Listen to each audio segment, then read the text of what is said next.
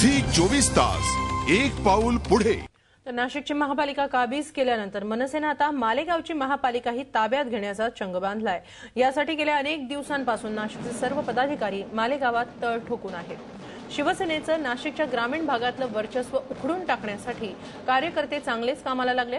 आज खुद्द राज ठाकरे प्रचारासाठी मालेगावात येत आहेत। मुख्यमंत्री पृथ्वीराज चव्हाण, महसूल मंत्री बाळासाहेब थोरात, राष्ट्रवादीचे नेते छगन भुजबळ, अरुण गुजराती, भाजपचे सुधीर मुनगंटीवार मालेगावमध्ये याआधी हजेरी लावून गेले। अशी रणधुमाळी सुरू असताना शिवसेनेच्या कुठल्याही नेत्यानं अद्याप मालेगावमध्ये हजेरी लावलेली नाही।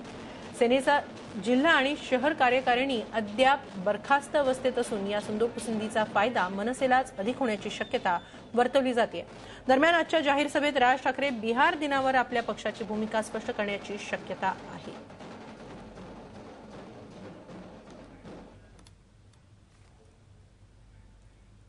मागच्या वेळेस सुद्धा आम्ही ही जागा लढवली होती आमदारकीची, पण 2014 मध्ये मालेगावमधलं आजचं जे परिवर्तनाची नांदी आहे, नवनिर्माणाचं जे वारं आहे, ते निश्चितचपणे आदरणीय राज साहेबांच्या या उद्या होणाऱ्या सभेमुळे आणखी घट्ट होईल आणि आम्हाला खात्री आहे एक चांगला निकाल आम्ही इथे प्राप्त करू।